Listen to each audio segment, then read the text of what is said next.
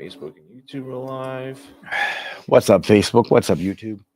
What up, Instagram in a minute? I guess so. This particular podcast, we're going to go over the handbook that I put in my story the other day. Are we live on Instagram yet? We're live on Instagram. All right, cool. Yeah, so if you're listening in, there's going to be some visual aids in this podcast, so you can jump over to YouTube to watch the whole thing. But you're going to get a pretty good description of what's going on with the handbooks. A lot of people have been messaging me about the handbooks and what's in them, how do they get them.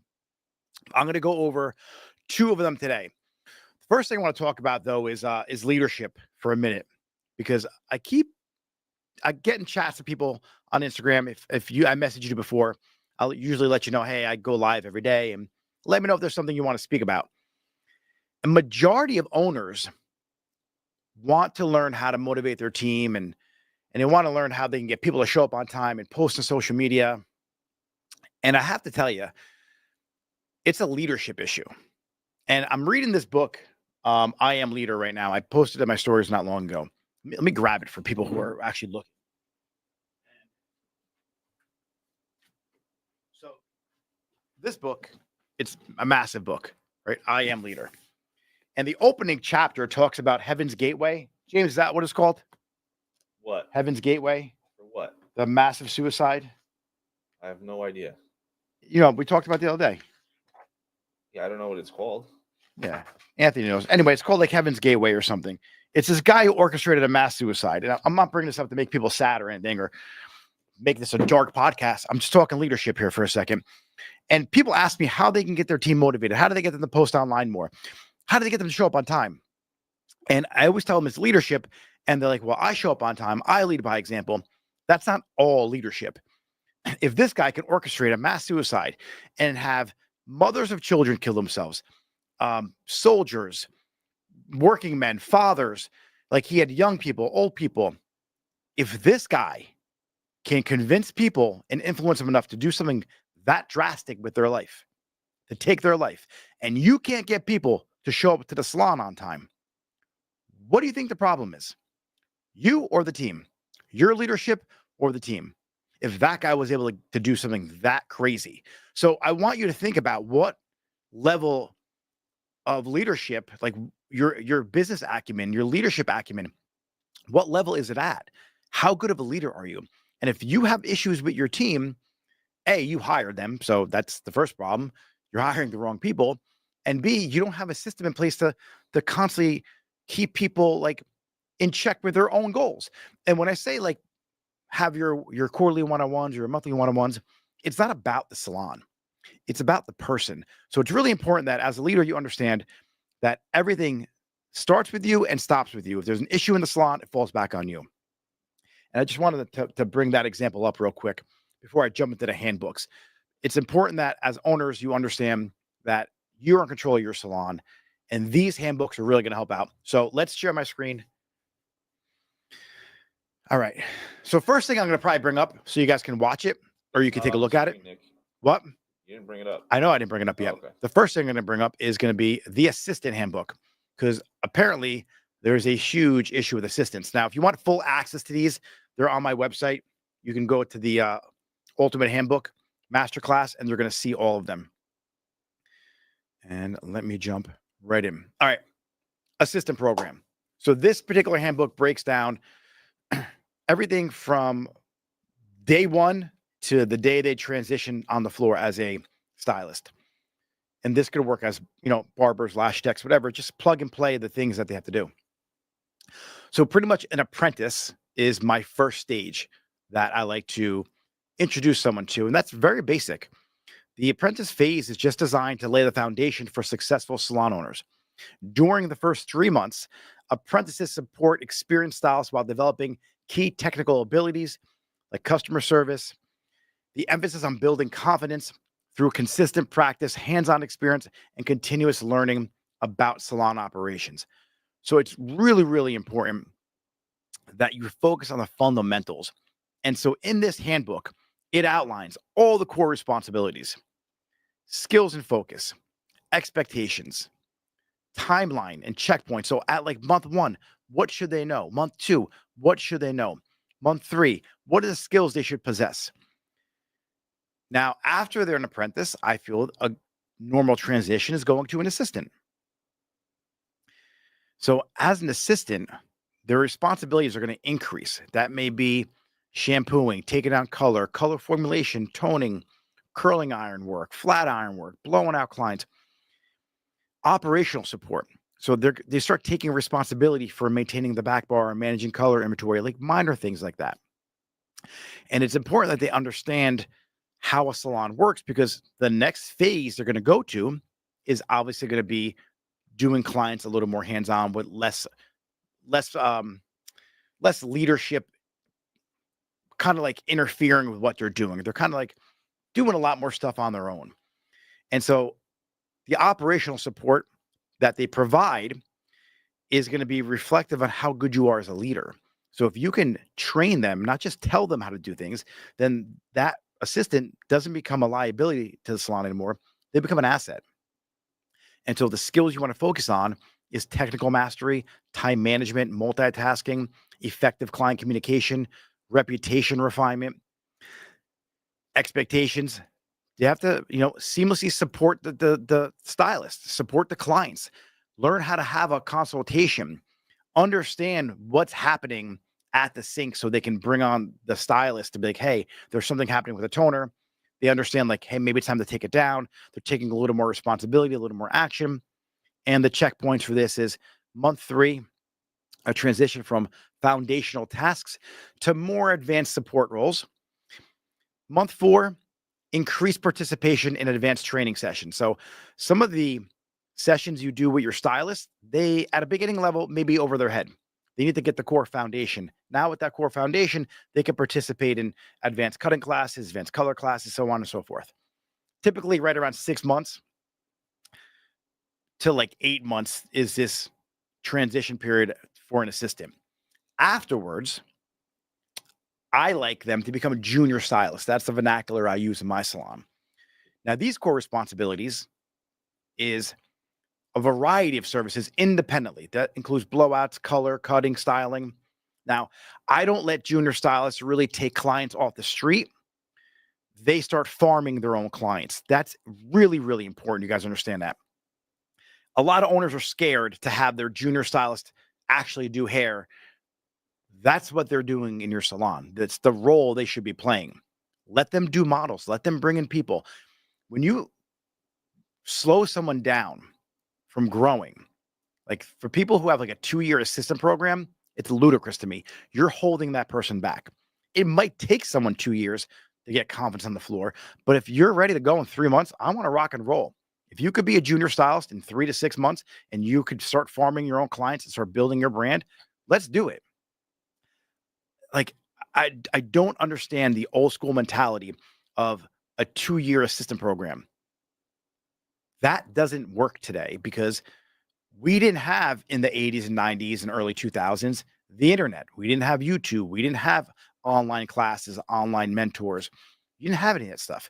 So someone could literally leave school and self-educate themselves to be a master colorist in what took us 10 years and just time collapse their journey by digesting hours of information every day in a matter of 2 years. So it's really important as an owner. Like, it's not how it was when you were younger.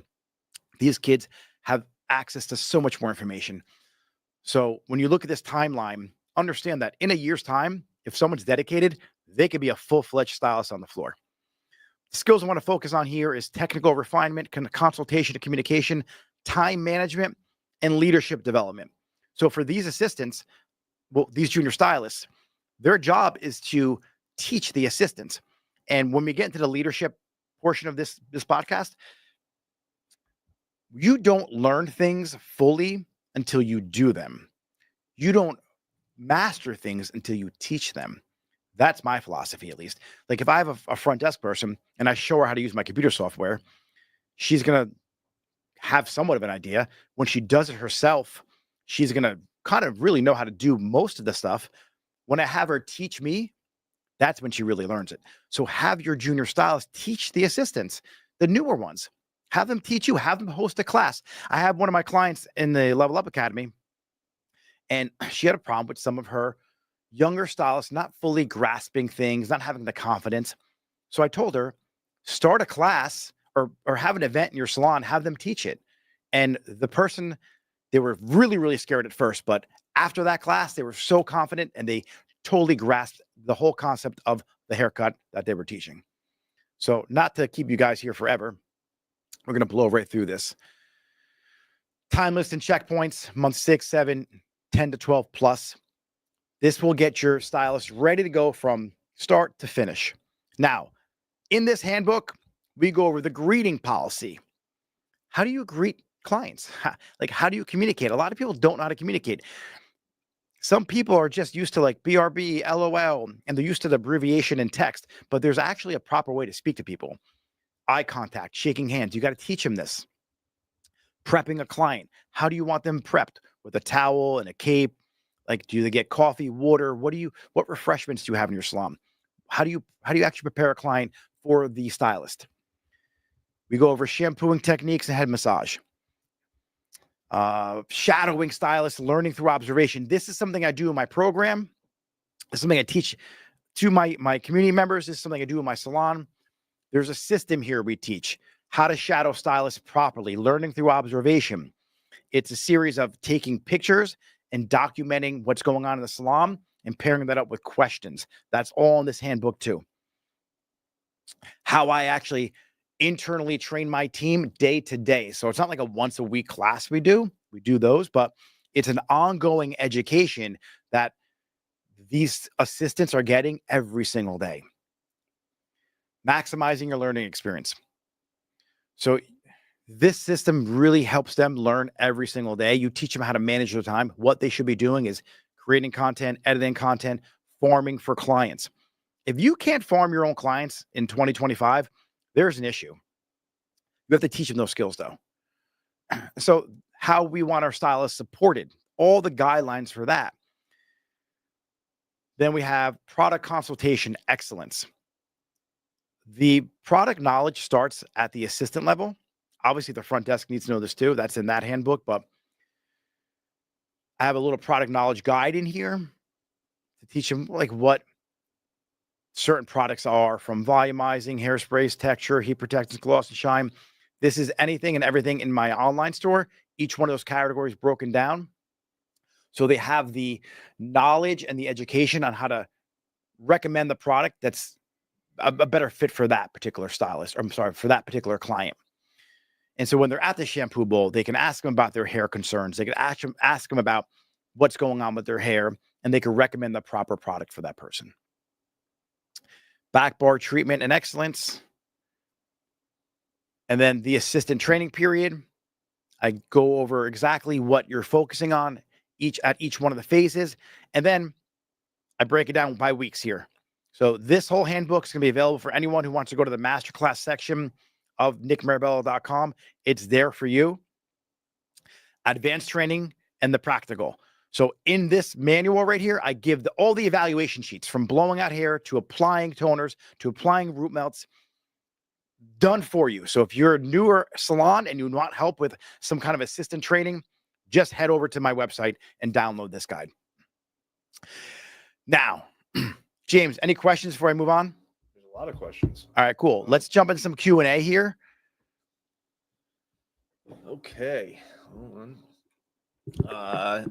What's the name of the book? It's the ultimate. I think she was talking about I Am Leader. This is an early. Oh, it's called I Am Leader. So the leadership book I was talking about is called I Am Leader. And it comes with a really cool community as well. Another ask, what's the name of the book? I Am Leader. James, get to the good questions if you could. I had to look at your website and it's not there. The Ultimate Salon Handbook. It's on there. It's right under Master Classes if you look. So if you're looking for it, just go to nickmarabello.com, click on Master Classes. It's right there. I'm looking at it as we speak. So if you guys want me to show you real quick, James, I'm going to share my screen again. And then we're going to get into some leadership. If you guys got questions on assistants, drop them right now. And here's where you go. You go to nickmarabella.com, you go to Masterclass, click on Salon Handbook Bundle. This is everything. This is all of them. All right. James, any more questions before we go to leadership? How much money do you think stylists should be investing in their education yearly? Yearly, how much money should stylists invest in their education yearly? I would say 20% at least of what you're doing. I mean, the investment in yourself is immeasurable. I mean, I think I invested don't tell my wife, hope she doesn't listen, close to 100K in the last 18 months of myself in just education, maybe more. If you want to get better, educate yourself, invest in classes, pay people to time collapse your journey. But if it's a two-way trade-off. You're either going to invest time or you're going to invest money. So what I do is I find someone who's the best at the thing I want to learn, and I pay them money. So I don't need to go through all their YouTube videos and their Instagram videos. I pay them to work with me, whether it's $1,000 an hour, $500 an hour, $2,000 a week, whatever the thing is. I pay them if I want to learn what they want to learn. Now, I tie that to the upside of learning that skill. So I paid a mentor. It was $500 an hour to teach me SEO. That $500 an hour made me over $500,000 last year in learning better SEO. So it's it's a trade-off. Now, if you want to learn haircutting and you spend $1,000 on a mentor and you could raise your prices to $150 in 10 haircuts or less, you just made that money back. So figure out what is the return on that investment for yourself. But taking courses, buying classes, buying books, if you don't take action and apply what you learned, it's not going to work. So just buying the course and paying for the class or buying the book, it doesn't do anything. It's about the action you take. And if you don't have any money, you have the internet. So you have YouTube, you have ChatGPT, you have this show, you have my YouTube channel, you got these mini courses that I do. So you can learn right there. But if you don't want to spend money, then you got to spend time. You spend time two ways: by researching and learning, or just by putting the reps in day after day, and then you learn it through experience. So there's no cap on how much you should invest in yourself. James, anything else before we go to leadership? I have the best staff. They are all 30 plus of age, but the motivation of social media is non-existent. I have done everything I thought. And this is Hair by Nick Skip. Yeah. It's leadership, dude. Or ma'am, or like Nick. I don't know which Nick you are, Nikki or Nick like a Nicholas, but it's really important that you don't motivate your team, you inspire your team. And 3 questions I give to everyone: what experiences do you want to have in life? What kind of person do you need to become to make those experiences possible? And then how are you going to help other people make their experiences possible too? You ask those 3 questions of your team, find out what they want to experience in life, and then you tie that to the person they need to become. And then you check in with them regularly, making sure that that's still important to them. It's not about the KPIs in your salon. Like when I hear people talk about, I meet with my team and I'm going to go over their fucking retention rate and their KPI. No one cares. These kids don't care. Like what they want to know is, I want to have these experiences in life. And at the age of 22, South Beach or Vegas or whatever that thing is they want to go to, Ibiza, that's an experience they want to have. You have to find a way to tie that to your salon and how you can help them get there by them showing up for themselves and being the person that deserves to have that experience. That's what you do as a leader. But we're going to jump into the leadership handbook real quick for you guys. Then there's what about freelancers? What about freelancers? How do you inspire freelancers? I don't know. She just said, what about freelancers? Well, we're talking about freelancers in a second. Be a little more elaborate on that question. I'll be happy to answer it.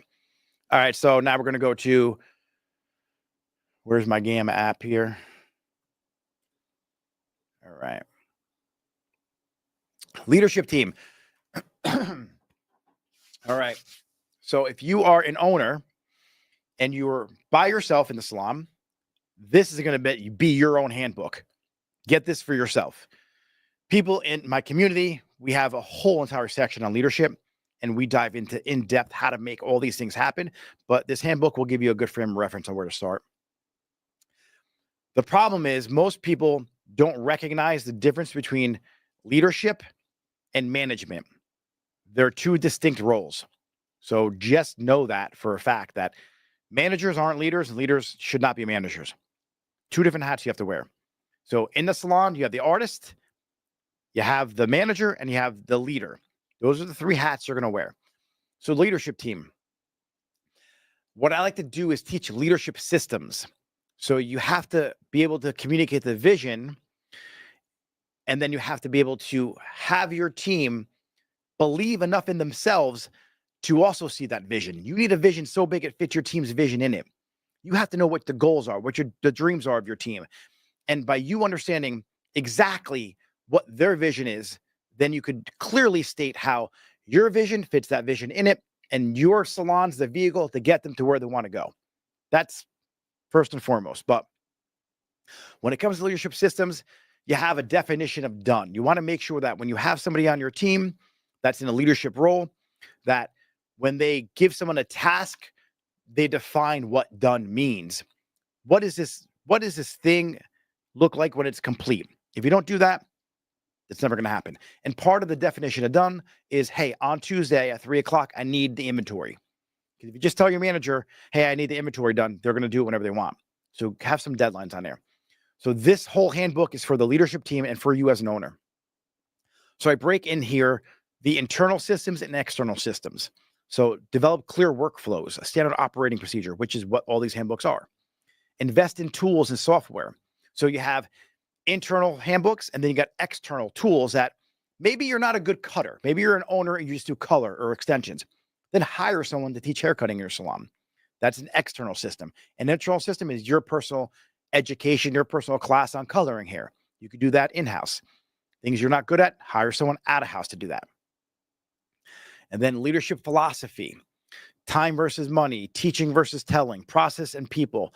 I go over the difference between all of these things in the handbook, but people and process are probably the two most important things you have to understand as a leader. When you have a problem in your salon and there's an issue, it comes down to really two things. It's either a people problem or it's a process problem. And before I go any further with a coaching client or somebody, I ask them, what's the problem in your business? And then I'm like, what's the process so that doesn't happen anymore, or that would have stopped that from happening?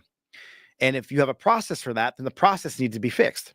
And if you don't have a process for it, well, then you have to make one. And so this is the process. This is going to help you get from point A to point B. Hope you guys are enjoying this, because this is for my community. So I'm giving you guys some back end view here of the kind of shit we cover. All right. So let's jump back in here. Playbooks. You have to learn how to create a playbook for your salon. You have to learn how to create these handbooks for your culture and for what's important for your vision. And this teaches you how to make the whole entire playbook. You're going to learn how to duplicate what I did here. Core principles, like I put in mine for my leadership team: client first mindset, continuous learning, collaborative excellence. When you have a chair rental salon or a commission salon, you need to make sure people can collaborate together. Even though we're independent stylists in my salons and we're independent commission, but we need to collaborate collectively. Now, there's a story about a man with 10 sons, right? I'm going to get to the point of why collaboration is important. And this father sat all his sons around in a circle, and he gave them all a big bundle of sticks. And he passed it to the first son. He's like, try and break this bundle. And he tried to break it, couldn't break it. Each son got past the bundle of sticks, and they all tried to break it. No one had any luck. Well, the father untied the bundle, handed each son a stick. And he's like, now try and break them. And he snapped it in half, each one. Each son snapped each stick in half. He's like, the lesson here, gentlemen, or sons, whatever you want to call it, together, no one could break you. When you're separated, you can easily be broken. So it's important that you have a collaborative environment, a team-like culture, whether you're chair rentals or whether you have a commission salon. Team is important. And who's in charge of the team? The leaders in the salon. That's why you need to have strong leadership. That's why when you look at your team and they're not showing up the way you want them to, you got to take a look at the mirror and find out why. So we go over all the core principles here. Then you got leadership in action, trust and accountability. I go over the key themes and concepts in this handbook. So core leadership concepts. What is the definition of leadership? Leadership is a mindset, a practical skill to inspire, coach, manage, and guide. It is being a visionary, a motivator, a servant all at once. So true leadership integrates heart and mind, managing strategy and empathy. So you always hear me say, I believe in inspiration, not motivation, but a part of that is motivation. Like you have to make sure your team shows up every single day. So leadership is not about power. It's about uplifting others, lifting others up to their full potential. So we go over all of that. We go over the infrastructure on actually the frameworks and the foundations of leadership. Let's jump down to psychology. So as a leader, like you have to learn how to create a space that where team members feel secure. They feel like their voice and ideas and they're being heard. The problem with a lot of leaders is it's this closed-minded mentality. It's my salon, it's my way or no way. I get it. I understand that you're the owner, it's your salon. Everyone understands that. If you have the need to keep on telling people you're the owner and they don't feel that you're an owner, well, guess what? You're not a good leader. Like when I walk in my locations, I'm the owner. People feel the difference when I'm in the house. When I walk into my salon, it's evident. You don't need to tell people that. In my description on my Fresha booking software, it says I'm the towel boy. I don't care about my label. You don't need to tell people you're a salon owner. I don't think I have salon owner on my Instagram page. When I meet people, they're a team member. I'm not their boss. So you have to understand, like you have to create a space where people feel safe letting you know what's going on in the salon. You're not working there. They are. Even though you're in the day-to-day, you want to make sure that you're able to have open dialogue with your team and that they can give you positive feedback. And if you don't have that, you're never going to be able to grow. And that's when I talk to people and they're like, oh, my team just walked out on me or they just left. Well, guess what? They didn't feel safe telling you what was wrong in your salon. So you got to learn that. So we're going to scroll down right here. Management versus leadership. Managers are task-oriented, right? They're tactical execution. Managers excel at handling day-to-day operations. They focus on tasks, timelines, ensuring that every detail is executed according to plan. Every good leader needs a good manager. Leadership is different. I'm a really shitty manager. I'm a really good leader. At least I hope so. Now, if I don't have a good manager, then my leadership sucks too. It's up to me to make sure my manager is on point. Now, a leader has vision. I can sell the vision of my salon to almost all of them. Now, it's so big, though, that they're like, Nick, that's fucking crazy. I don't want any part of that. Like, way too much for me. I have to learn how to tone it down a little bit. I'm also really good at getting them to dream big, too. Like, when people tell me my team doesn't show up, well, are you connected to their goals? Do you know what's important to them? That's what a leader does. A leader sits down with their team, and they go over what's important to them. So, mastering time as a leader, we cover that. Amazing book called The 5 Levels of Leadership. Make sure you get that book. I go over some of those principles here. And team activities, structures, pay. I go over all of this in this particular handbook. Like I said, if you want the handbook, go to nickmirabella.com, click on masterclasses. It's not just these two handbooks. There's one for the stylist, one for the front desk, one for salon maintenance. There's 5 in there. So have at it. This is like I feel like this is my life's work. It took me so long to put these together. Like literally years of putting this together. And they're years. I have them on sale right now. So they're like $99. I made it, like literally giving them away. The people in my community, they get access to the actual principles that I talk about and the strategies. So after you get it, if you have any questions about wanting to join that community, DM me the word grow or just shoot a email back to the thank you email you get. But let's jump in some Q&A, James, about leadership. It could be about assistance, about anything. We got a few more minutes. None about those. Okay, let's jump. We have what point of sale systems are you using in your salon? Point of sale. I use Fresha and Shopify. Do you believe we should always wear all black? No. And I think that you're racist for even bringing that up. No, I'm just kidding. No, I think as artists, and this is something that I always struggled with when it came to like partners of mine. I wear all black. I wear a black shirt every day. James knows that because James edits my videos and it's annoying because he has to find out when I shot that video because they all blend together. I don't need to have decision-making fatigue. That's why I wear the same clothes all the time. I love fashion. I can wear a black button down, a black t-shirt. It's just easy for me to do. Now, in the salon, we're artists. I believe in giving creativity to my team. Express yourself. Like there's certain artistic like ways to dress, and like everyone has their own unique way of showing up to work. With that said, if your team is not mature enough and they're not conscious enough of how they look in certain types of clothes, you need to address that. I don't believe in limiting anyone to all black. However, it looks really good when the team's all in black. I get that. It's your salon, it's your vision. And if that's what you want to do, then do it. I like people having the freedom to do what they want to do in my salon. Again, sometimes I got to step in, like what you're wearing is all fucked up. Like I wouldn't wear that, but it's important that you have the ability to have these hard conversations with people when they're kind of wearing something that doesn't really suit them well. James, how do you know that you are ready to open a salon? How do you know you're ready to open a salon? A, when you're oversubscribed behind the chair, when you have too many clients, you're turning people away, you have no redos in your book, maybe one a year, if any, and you don't sweat it because it was a miscommunication. That person just changed their mind or something like that. And you're able to make enough money to cover your monthly rent in 1 or 2 days in your salon by yourself. That's really important for your area.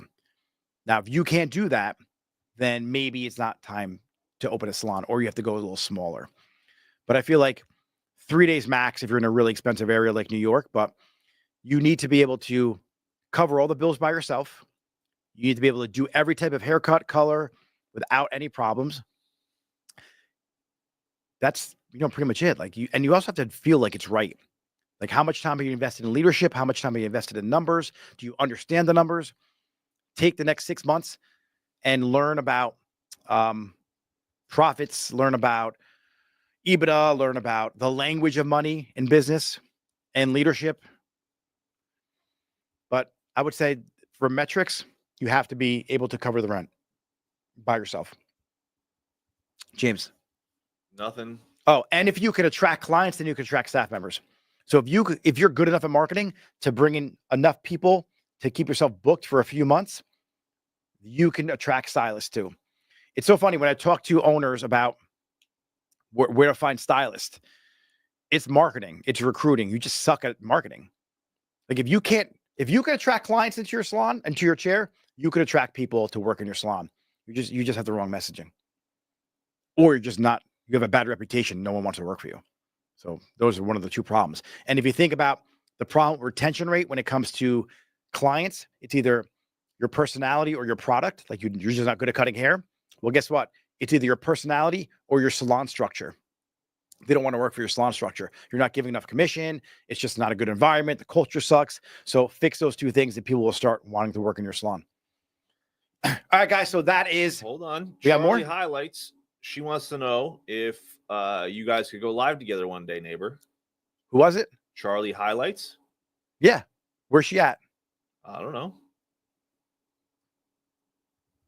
I got to see the name. Yeah, we can 100% go live. Where are you at again? Is that the right name, James, you're saying? Yeah, Charlie Highlights. Highlands or Highlights? Highlights. Are you in Lyndhurst? Because you could come to the studio right in Fairfield. We'll go live in person. She's in Milburn. 100%. Yeah, jump on it. I think we were chatting a while back, too. If I'm not mistaken, we were talking. But, all right, ladies and gentlemen, that is an in-depth look at the handbooks that everyone kept messaging me about. It was in my stories.